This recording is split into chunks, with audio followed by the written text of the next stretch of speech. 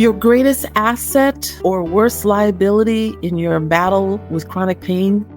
That's our topic for today. Hi, I'm Dr. Ruth, the Pain Doc, founder of Chronic Pain Rescue, a telehealth practice where we partner with you to bring you from chronic pain to pain-free. I'm presenting this in a way that I hope will be listened to, considered. You'll really consider how you think about your pain. That is your greatest asset, or it could be your worst liability. It's not simply a matter of mind over matter. Nobody's saying it's all in your head, nothing like that. But how you believe about your pain, it makes a difference. It makes a difference because there's physiologic consequences to your thoughts. Mindset. What is your mindset about your pain? What do you believe about your pain? Do you believe that this is going to be a never-ending thing for you? You're going to have to live with this all your life, especially if some physician or healthcare provider told you that.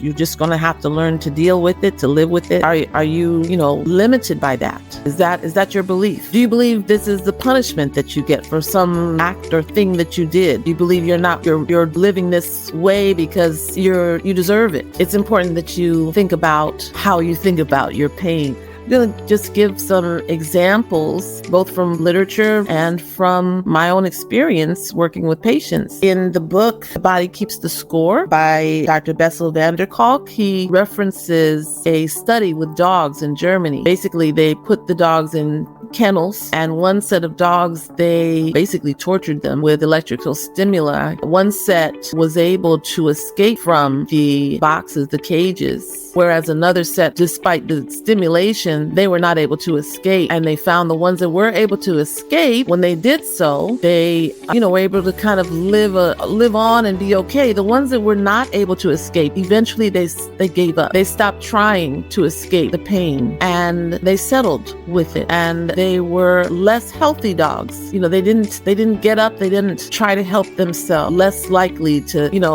recover and to be interactive again. Dogs, it changed them, that inescapability of their situation. And if that is where you are, that's something to think about, because it does make a difference in how you go forward. Giving an example from way back, I was working in a chiropractor's office, and I have respect for chiropractors. Some of them do really awesome, great work. But like in any profession, some of them are not so great.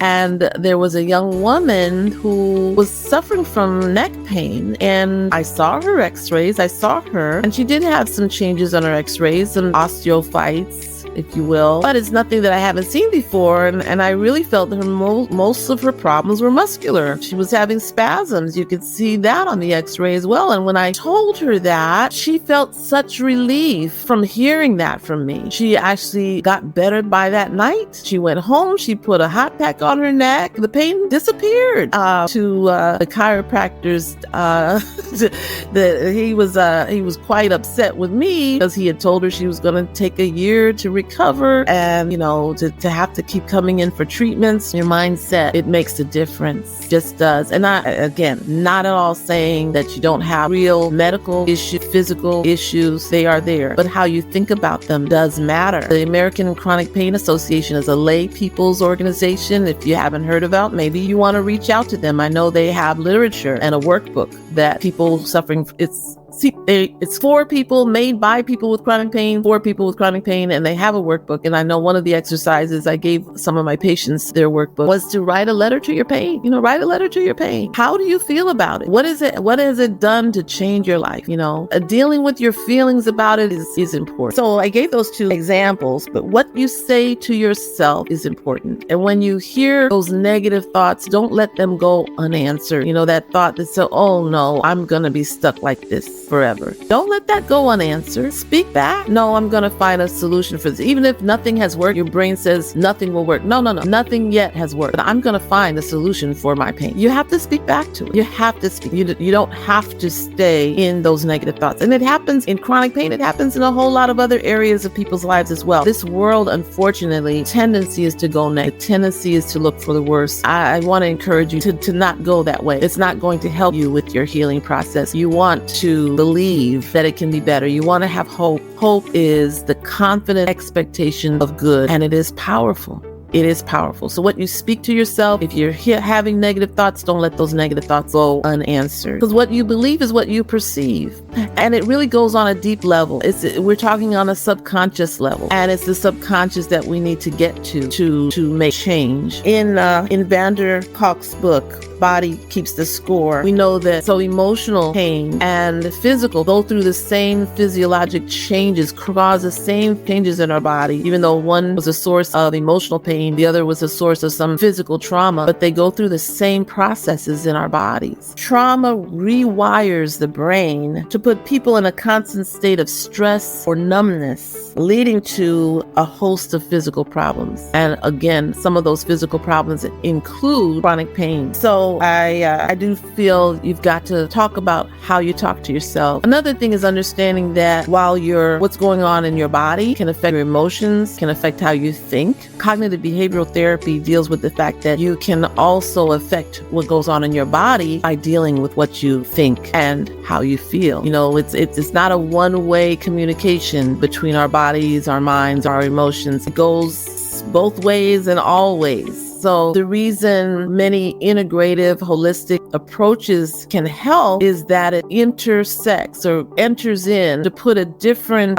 stimulation into your system. You know, yes, you have chronic pain, but if we can get you into a state of being less stressed, you'll find that your inflammation level is down and then your pain level goes down. So those things that you can participate in that help lower your stress are going to help lower your pain. And it is possible. You know, I shared in the past about prayer and meditation, breathing exercises, getting out in nature, doing something good for someone else, you know, not being so concerned about yourself. I don't know if you've noticed, but when you have company, when you get to spend time with friends or family, if it's a good relationship, somehow you didn't have pain while you were talking with them. The pain was gone during that couple of hours or whatever. So distractions, positive distractions, they're good for you. And you need to have more of that. You know, don't let your pain make you limit yourself to where you say, nobody wants to be around me. I can't be with anyone. No,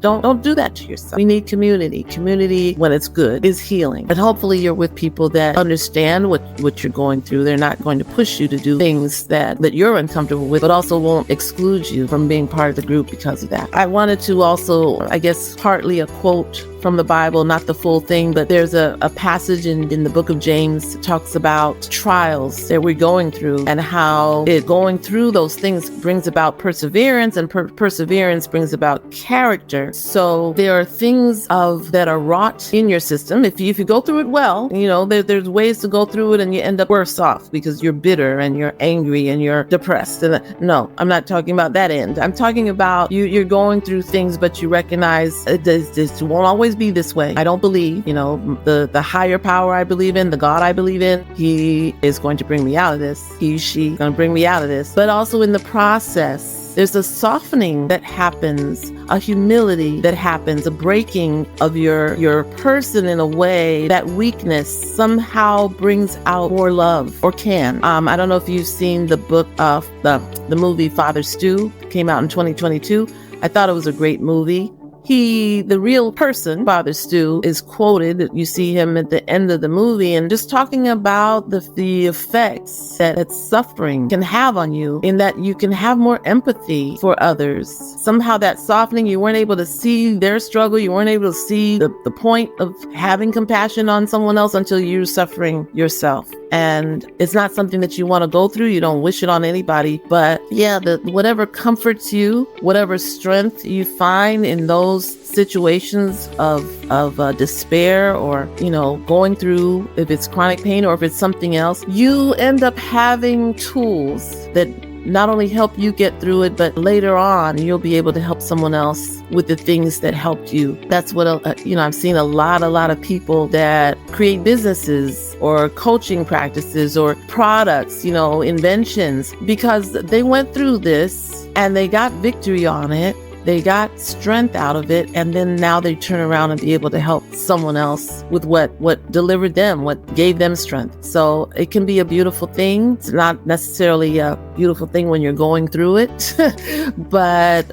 you can get to the other side of it, and it just makes your life that much richer when you find your purpose in life. My hope is that people with chronic pain who are tired of being there, that they, if they feel that I'm the person that can help them, that they will choose to reach out to me and allow me to be your health coach. Allow me to help you navigate your way to the other side and to where your life is full. Your pain is no longer stopping you. In fact, the pain is in the past. You can get to a place where it's only a memory. You remember that it was a really terrible, horrible, funky thing, but you're out of it. You're out of it. And then what would you do? Because I don't believe that you're meant to only live a life of watching TV and taking up space. We're all here on this planet. We all have a purpose for being here. And if you can think, if you can move, if you can love, there's a mission. There's a reason you were born here. And I don't want chronic pain to stop. I want you to be able to soar, to fly, to do whatever it is that's on your heart to do. And it may just be being able to play with your grandkids. And it may just be able to raise your own kids, and be fully there for them. Whatever that is, I'm hoping that you can do that. So this was our topic today. If you want to schedule an appointment with me, we're taking appointments, chronicpainrescue.com, or if you'd like just a 30-minute phone consultation, which is free, I'm available for that too. You can find that on Facebook, Instagram, YouTube pages at Chronic Pain Rescue. And that's all for now. Until next time, peace and blessings.